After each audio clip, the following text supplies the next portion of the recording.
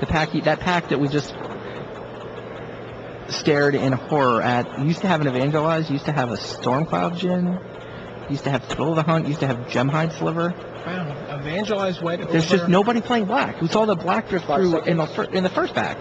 Literally nobody playing black. It's not like not enough people are playing black, but no one wanted a Strangling. So Jeffrey Cerone's not at this table to pick up. Well, he might be on the Kenji's completely left. Undercapitalized. Who's on Kenji's left? Thomas Didier Jean? Maybe Saito? That could be the story. Is and somebody- there's another. Oh, Cavalry. Another. Kenji's deck looks really good. His deck has come together phenomenally. And you know how he got there? Is that third pick Dusk Rider Peregrine. 5 seconds. He got that third He pick. took the best card and then waited to see what would happen. Right, it was his third color because he went first pick blue, second pick red, third pick he's like, whoa, what is this white? This white card's really good. Moved into white and he's been totally paid off because of it. Right, and it seems like Another Zealot Ilvec. another Rebel to search up. A little more removal. Sure.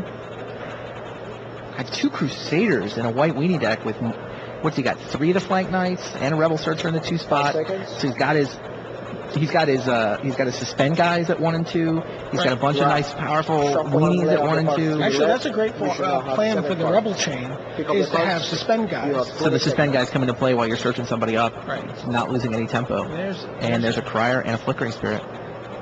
Unbelievable. What are people fighting over? Green? Well, maybe what we've seen happen is people have been maligning green all. He took the Crier. Yeah. People have been maligning green all weekend, and everyone's sort of meta strategy is, look, I'm going to draft green since no one else wants it. Spellburst is a nice little card. Interesting. 5 seconds. Adventure Sliver, clock spinning. Not a whole lot that's exciting here. Yeah, the blue's not really been there. He's clearly being fought for blue. He's got a couple of decent blue cards, mostly the Suspend guys. He may even wheel a decent white card around the table at some point. 5 seconds. Yeah, it's not clear that blue is the right second color to be in, but it's not clear it matters.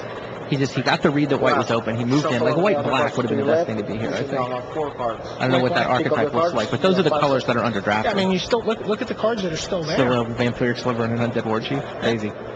And the interesting thing that just happened, Kenji just picked up a Salt Crested Step and a Molder. Okay. 5 seconds. So, a white-green storage land and a green answer to enchantment. Last 2 cards. He doesn't have any disenchantment Pick up the effects cards, or you got 5 artifact seconds. removal.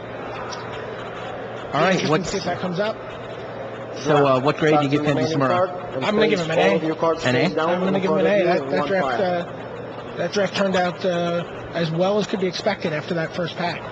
He left himself open. He waited to see what was at the table. Kenji leans back and looks like a sigh of relief there.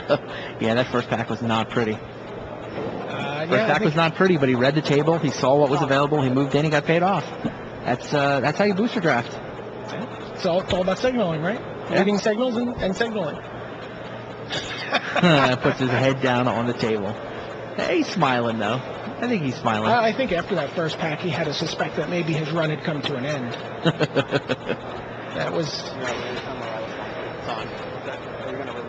And I don't know that he's drafted this deck this weekend. I mean, he's really been predominantly blue decks from what I've seen. All right. Well, the players are going to go off and build these decks. They get 20 minutes to build them. They get 20 minutes to build the decks. Then they come back to play the quarterfinals. So the schedule for the events for the day, by the way, just so you guys have it. We'll talk to you about the draft for a few more minutes. We're going to go watch them build, and we'll roll some footage for you. I got a little bit of some recorded footage ready to cover the break. We'll do the quarterfinals in about half an hour. Then there'll be a lunch break. We've got Rob Dougherty queued up, Hall of Fame inductee Rob, playing against Darwin Castle. Oh, Hall of Fame member. That should be a fun match to watch. Yeah, absolutely. Those guys, that's your lunchtime entertainment. Then the semis and the finals. And then in between the semis and the finals, we're actually going to be announcing the finalists from the Great Designer Search that's contest that's exciting. been going on MagicTheGathering.com for a while.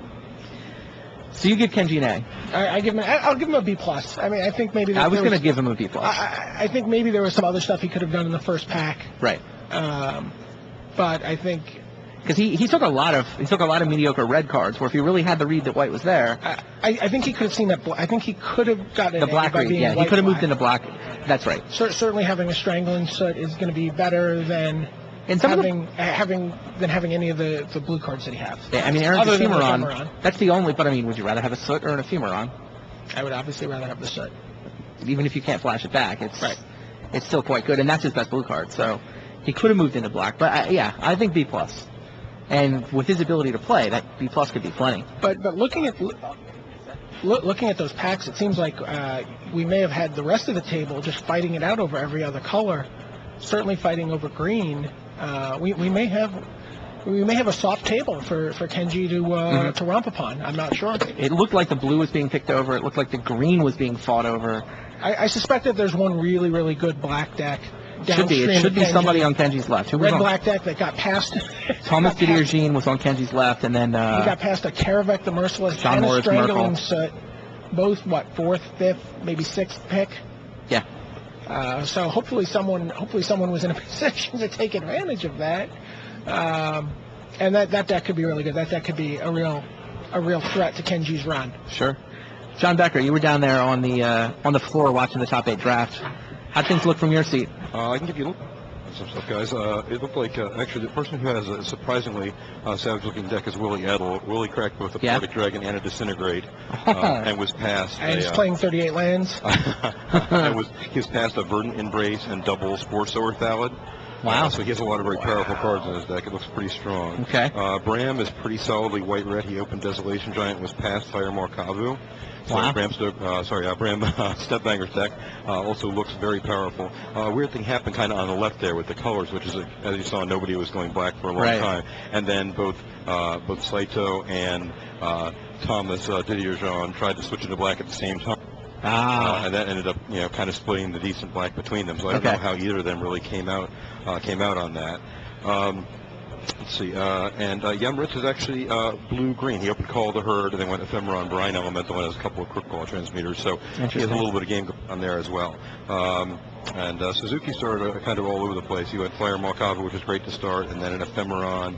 And so he had a bunch of a Sarah Avenger and a Duskrider Peregrine were his next 2 picks. So he was some combination of red, white, blue. I don't know where he ended up. I guess we'll find out in a couple of minutes. But apparently that's the Japanese strategy. Some combination of red, white, blue. He seemed to be on the same program as Kenji. Just take the best card out of the packs and see where it goes.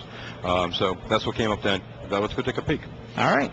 Thanks, John. Sure, thank you. Yeah, go take a peek. Sounds good to me. Sounds great.